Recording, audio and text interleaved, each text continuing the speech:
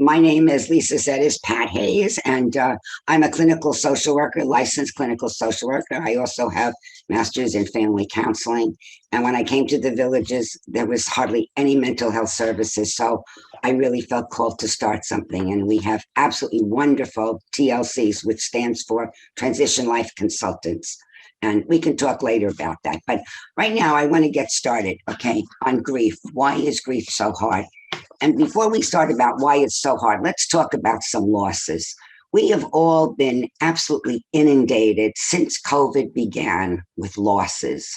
I'm just going to name some of them, not all of them, all right? We've lost the physical presence of other people. There's no touching for the last 2 years or so, no touching, no hugs. 6 feet apart, was the rule of thumb. We've lost all of our pro COVID daily routines that we've had. The rec centers weren't open. So we had no of our normal activities were gone. No club meetings, no groups, no sports.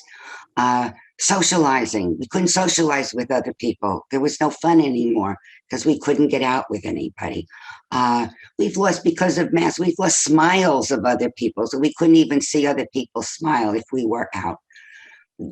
The idea of taking a vacation or traveling was a big loss to so many of us during COVID. Even going to our churches or synagogues. I know we had to screen mass on our televisions, on our computers, because we couldn't go into the churches. Certainly, we've missed our families. Families couldn't visit. We couldn't see our grandchildren in so long. Holidays weren't the same while these last 2 years during COVID, because we couldn't get together with so many people that we love. Even their celebrations, like birthday celebrations or weddings or graduations, so many people miss that because of COVID. Sense of safety. We live in a very safe community, the villages. And yet every time people walk out their door, there's a sense of, is it safe? Is it safe? Where is this COVID thing in the air? Is it going to get me or not? We have to be careful. So that whole sense of safety. We've lost control of our own lives. In many respects, we felt imprisoned. So many of us were staying imprisoned in their homes. We lost our independence. And by that, I mean, yes, we can do what we chose to do. But during COVID, we were all dependent on everybody else who was going to be around us, whether they were our neighbors, our friends, our family in the store. Because if they had COVID, they may not even know they had COVID. But son of a gun, they could give it to me if I was with them. So that whole sense of trust other people, we've lost that too. We've lost a lot of energy and motivation. We've lost some self-esteem. When you're staying home all the time and you have nobody to talk to or nothing going on, everything is kind of blah. Like, who am I? I have nothing to say to anybody anymore. We've lost our freedom to come and go as we want it. Many people have lost persons that they left from illness. They've gotten sick. They're not the same people that we've always known them to be. If they were in a hospital, we couldn't visit them. I know there have been several people that I know personally whose loved one was in a facility, whether it be a hospital or an independent or assisted living facility, and they were sick. They couldn't even get in to see them. And if they died, they couldn't even say goodbye because no visitors were allowed. And of course, the worst loss of all is losing somebody from death, people dying of COVID. It's a tremendous amount of losses. I'm going to ask you, how many of you realize that all of the things I just said were losses, right? A lot of them. And again, I haven't finished all of them. There's a lot more to go. And how did all of this leave us? How did all of these losses leave all of us? And I think in general, there was in the whole community or in the whole United States, certainly probably in the world, there's an awful lot of similar feelings going on, right? I don't know if I know a lot of people when they're in tough times, right, they lose their appetite. And I think that may have happened to some people. What I've heard was the opposite, though. One of the effects of being at home all the time is eating more comfort food. We need comfort. anywhere we can get it, and lots of people get it from food. So a lot of us wound up with extra pounds that we didn't really want or need. Many people would find themselves sleeping an awful lot, napping all the time, or the opposite, going to bed at night and every 2 hours they're waking up. Again, motivation was hard to come by. A lot of people during this time were neglecting some of their personal hygiene.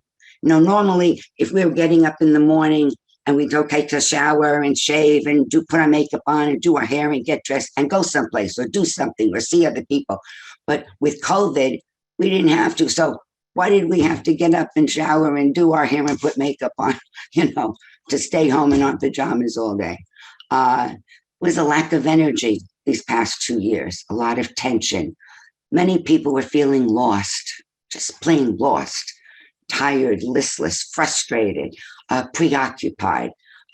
Sometimes people couldn't think straight. Maybe you're more absent-minded than you ever were before. It was hard to concentrate, hard to focus on. I know for me, many times I'd say, oh, what day is it? Is it Tuesday or Wednesday? Say, oh, son of a gun, no, it's Thursday today. It's like hard to focus on that. A lot of people have shared they felt like they're going to lose their mind, going crazy, right? Confused, sad. A lot of people were very sad, anxious, lonely, isolated. I hear that word from so many people who are calling me. Isolated, helpless, maybe numb, maybe the sense of blaming or feeling guilty for something and angry and irritable, right? Do you agree that a lot of people were feeling a lot of those things? Yes, yeah. Well, guess what, folks? Every one of the things that I mentioned were normal signs of grief, because every loss creates a grief reaction. Something simple like if you lose your keys or you lose your money, all right, there's a grief reaction to it, immediate, right? So every one of the losses that we have all incurred over the last 2 years have left us all in a grief reaction, right?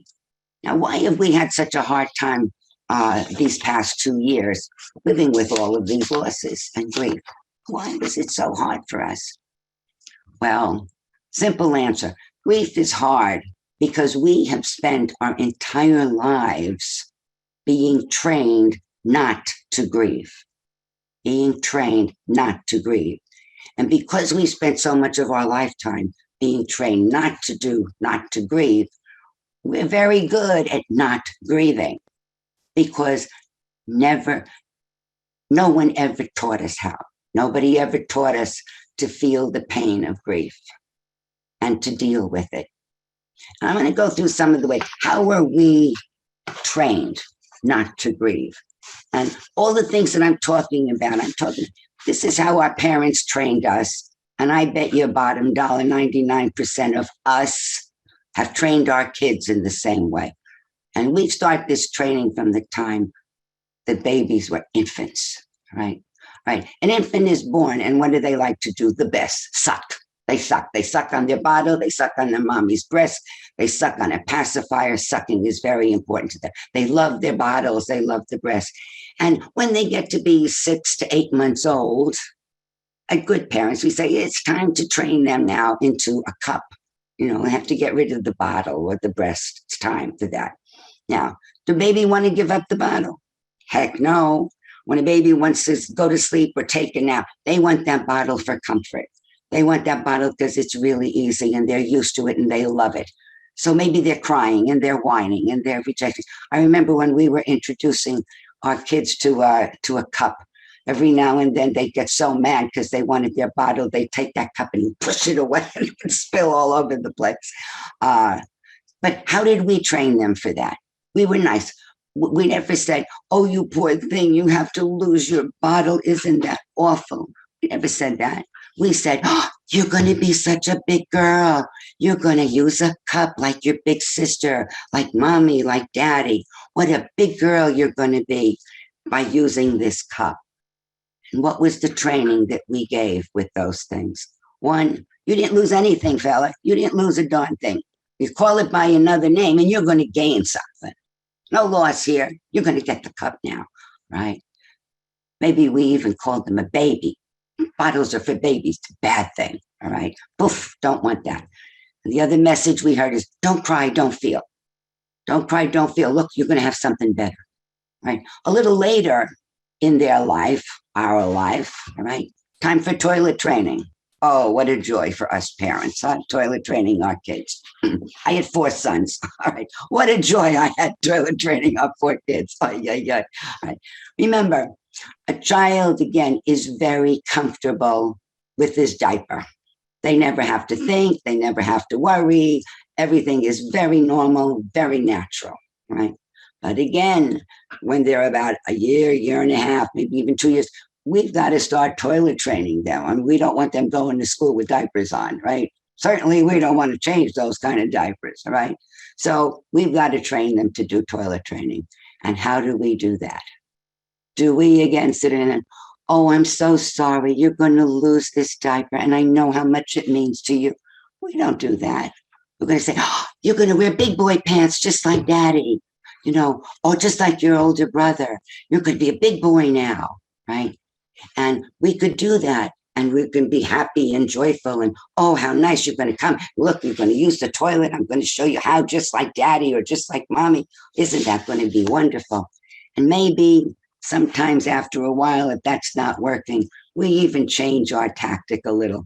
And maybe we'll say before we're going to go out, do you have to go to the bathroom? And the kid will say, no.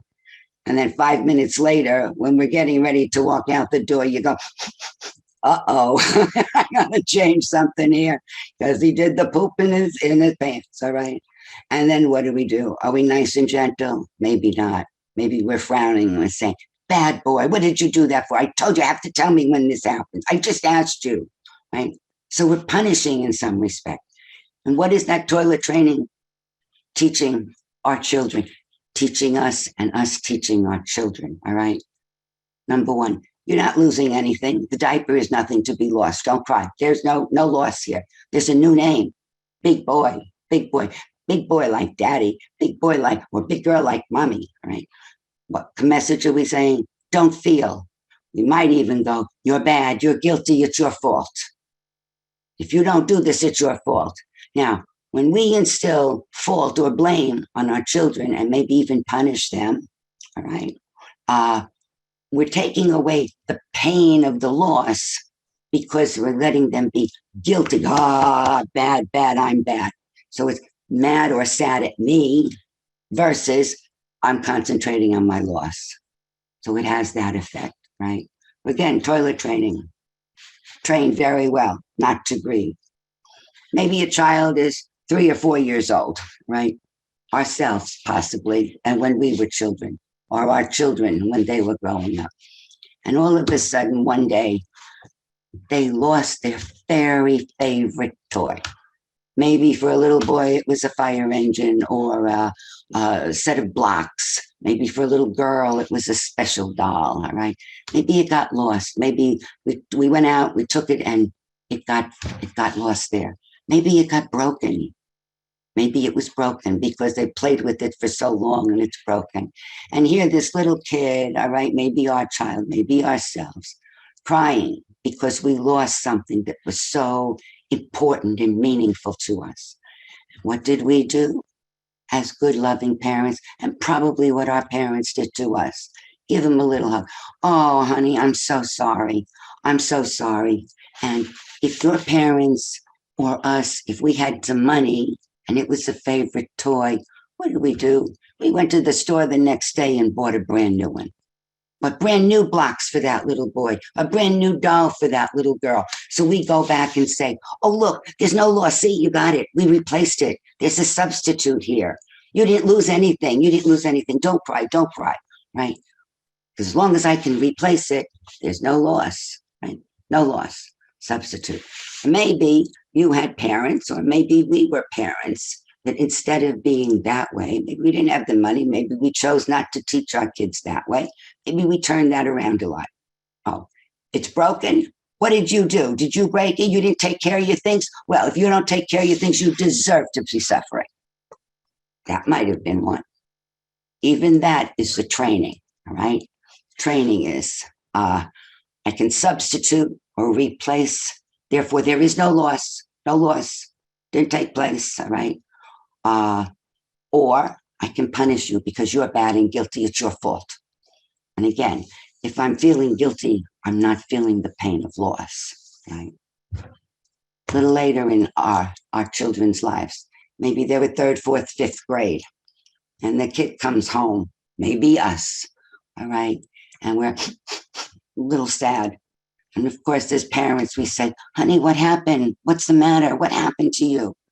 And the little boy or the little girl says, everybody laughed at me and they made fun of me and they all called me names. Very hurt, very upset. They lost so much of their self-esteem. What did our parents tell us then? And I know you know, and I'm going to start it. You can help me finish it. Sticks and stones will break my bones, but names will never hurt me. All right. We've all heard that, right? So what are we telling? What is our parents telling us? What are we telling our kids?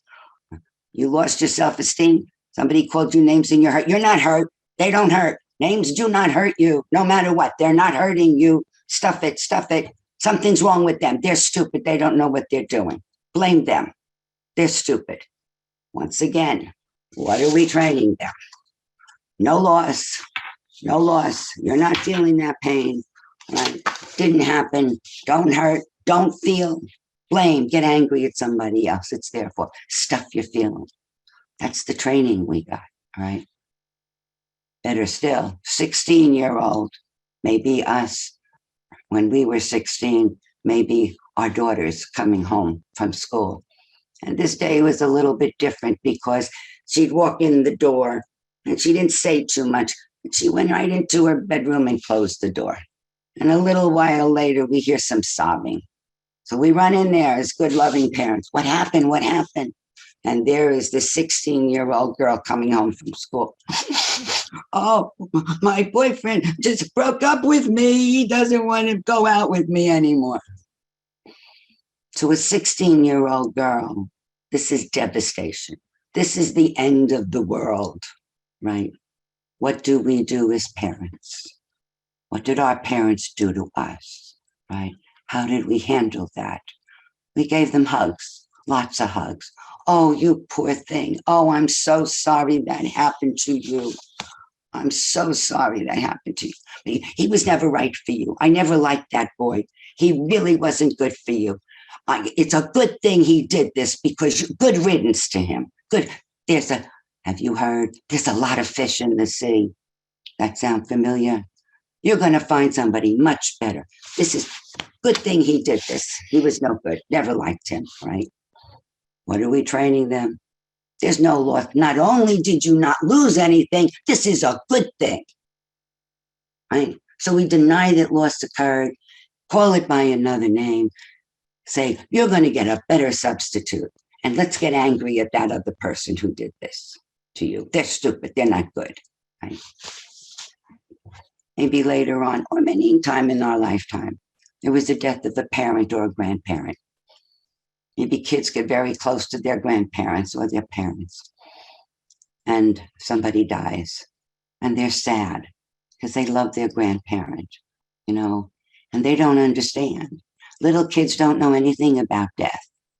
Do we teach them about death? That everybody dies?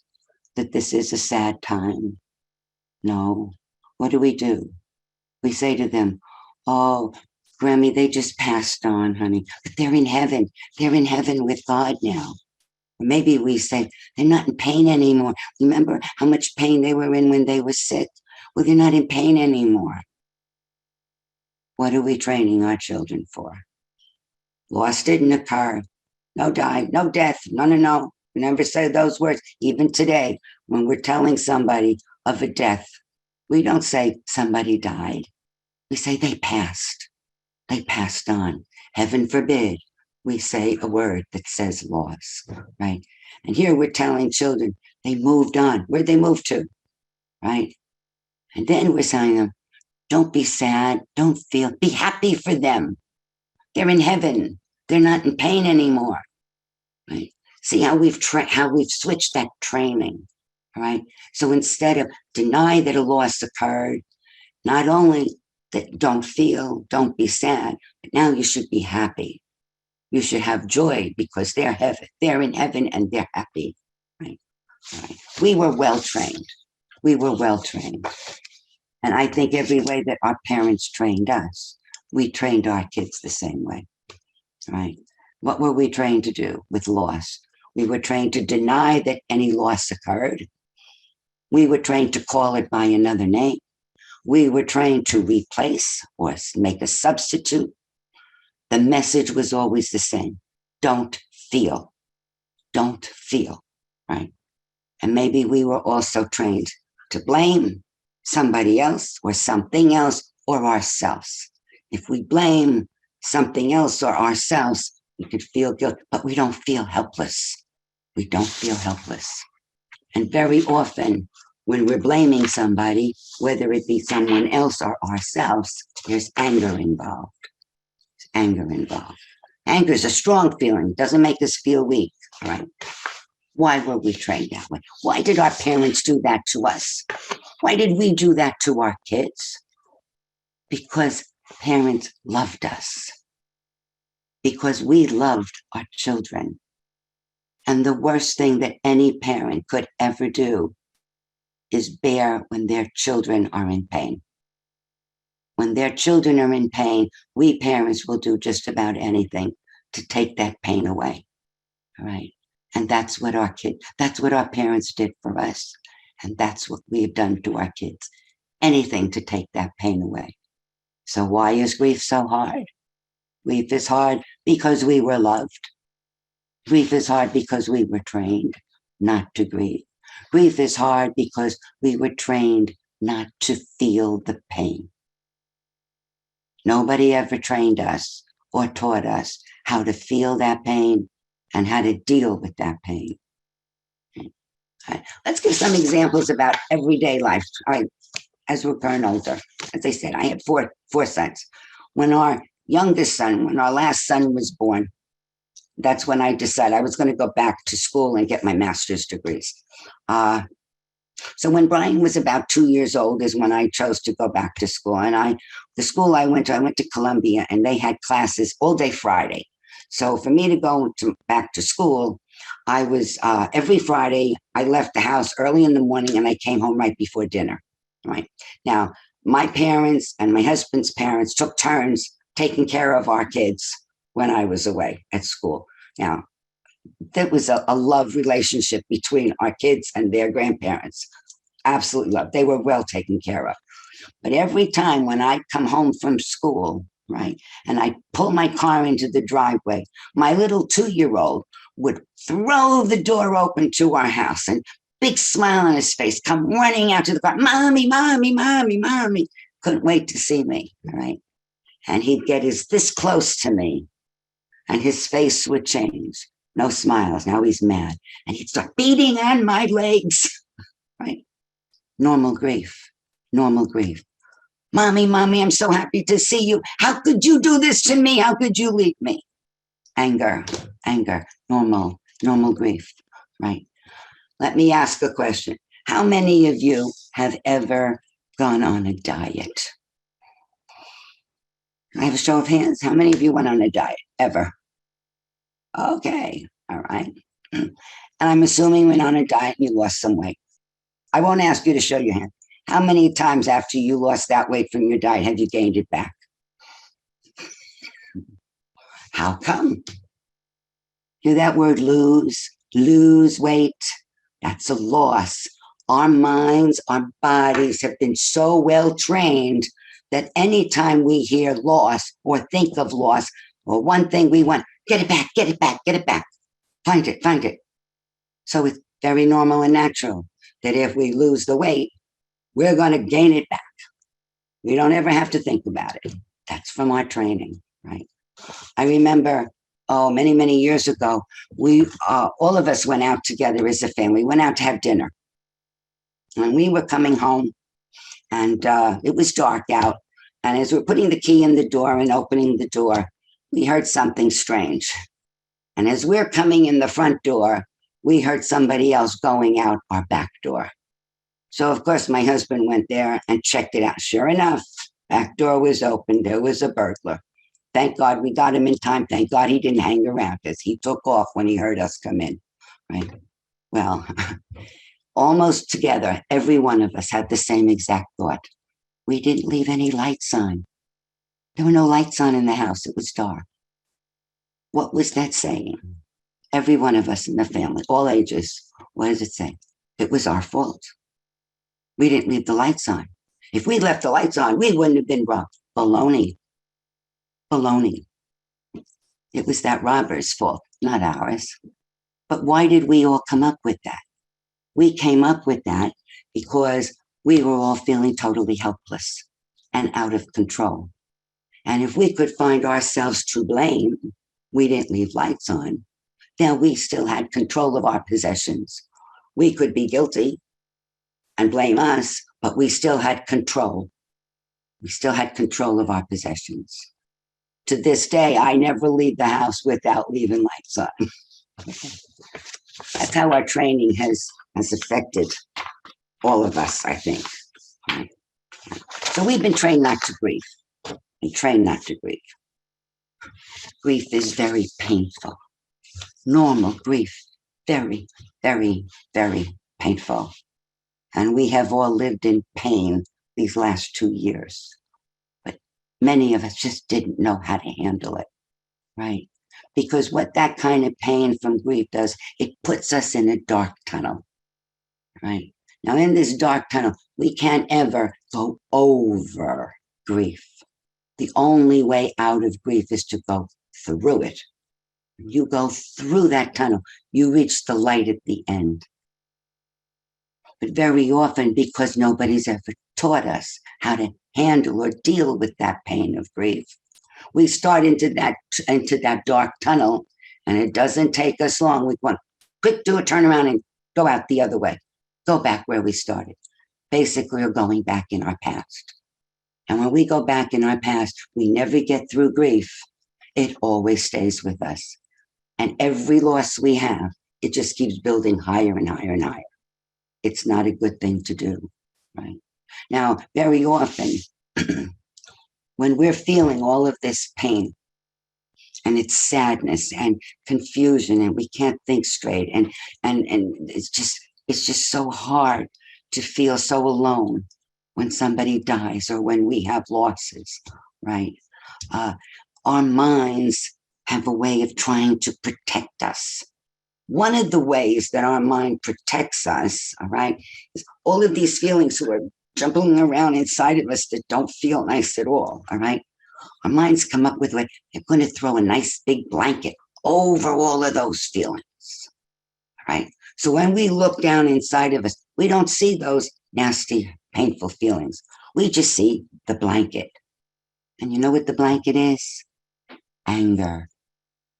The blanket is anger. And it's such a wonderful defense, because when we get angry, it's strong, like super person, all right? When I'm feeling those painful things, I feel weak and small and helpless. But when I feel angry, I'm strong, right? And what that blanket does, that blanket of anger, it prevents us from feeling all that grief. Have you noticed these last 2 years in the villages who are supposed to be the friendliest place in the world, that a lot of people are angry? That a lot of people are irritable? No. If you look at the TV set, what do you see? You see war in Ukraine. You see crime all over the place, crime, right? You see, I hear, have a divided nation. Everybody's angry at everybody, right? What do I hear from people in the villages? I hear them saying, oh, I can't talk about this because that neighbor, they got a big Biden sign in their window. Somebody else will say, oh, I can't go out in the front yard now because all I see is somebody has that big Trump sign in the window. Again, divided anger, right? This is one of our defenses, so we don't have to feel the grief, right? Because we've never been trained to. So what do we do with this? How do we handle this grief that we've never been trained to feel? One, be aware of our training. Be aware every time we're denying a loss, every time we're calling a loss by another name, every time we're looking for replacements or substitutes, every time we're repressing our feelings, right? Be aware. That's not helping us go through the grief. What we need to do is overcome our denial, right? So what I'm suggesting is make a list of all the things that you've lost. Don't be surprised at how many of them there are these past 2 years. And the way we get to them, think about all the things that you've missed for the last 2 years. Some things are easy to find that they are a loss.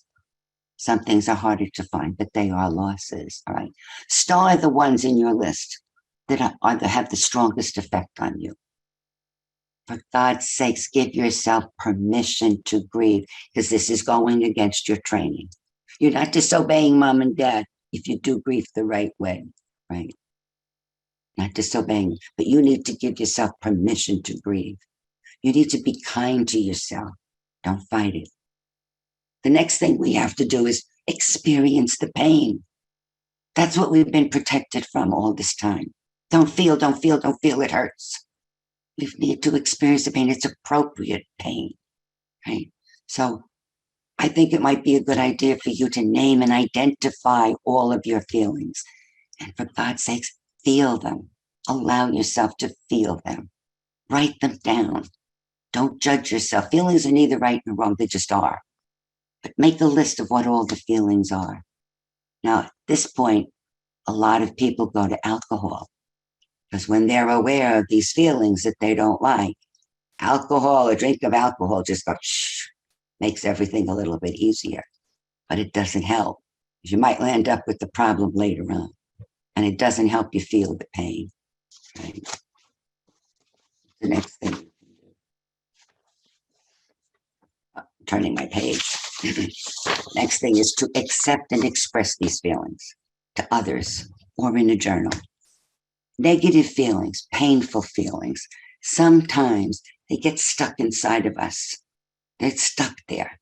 Now, they have to come out. All of these painful feelings that we've been harboring or repressing, they need to come out. If they don't come out our mouths, they're going to come out through our bodies. And how do these stuck feelings come out of our bodies?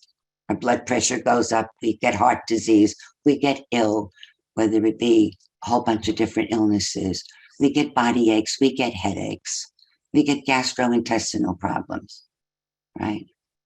So we need to get them out. Talk about how we feel. Talk about how we feel. If you have a pain somewhere, maybe you can even say, what are you trying? Ask your body, what are you trying to express? It's easier to express the feelings than to have that pain, right? It's also a time where you need self-care. Grief is so stressful, and stress always does harm or damage to our bodies. So it's very, very important for you to take very good care of yourself when you are in a grief reaction, right? If you feel anything physical, get yourself to the doctor and check it out. You also need support at this time. You need family and friends who can support you. Now, on one hand, if you're grieving the loss of a spouse or a partner or a child or a good friend, all right, be aware that if you're talking to many people about this, right, they may be like your mom and dad, like you were to your kids. If they see you in pain, they may start doing the same thing to you. Don't feel that way. Let's go lunch. Let's have a good time. So you don't feel that pain. Be aware. It's because they care about you, but that's not helpful. Maybe it's helpful to find a support group, because all those people there in the support group, they understand. They're going through the same thing. Now, nowadays, because of COVID, all of us are going through some of this. Some people rather deal with it in anger and shove it down, but there are other people who know that they need to talk about it. So you can be very helpful to them if you're sharing your feelings It might help them to share theirs, but you need support. Actually, have to adjust to the new circumstances. Every time there's a loss, if we have our life and something gets taken out of it, everything changes, right? Everything changes. And we have to adjust to those changes, right? One of the ways to adjust to those changes is if you have a list of all the things that are lost, make another list of all the things that have stayed the same. Maybe you have lost a person that you love, a person has died, or you've lost all the things that we've had during COVID. What has stayed the same? You're still living in your home. You still have food to eat, right? You still have friends and family, right? You have the sun is still shining and the birds are still singing. And we are surrounded in the villages in beauty with flowers and trees and beautiful weather, right? So balance your losses with what's not what's different, and then make a list of everything that's the same and be grateful that we have all the things that have stayed the same. Balance.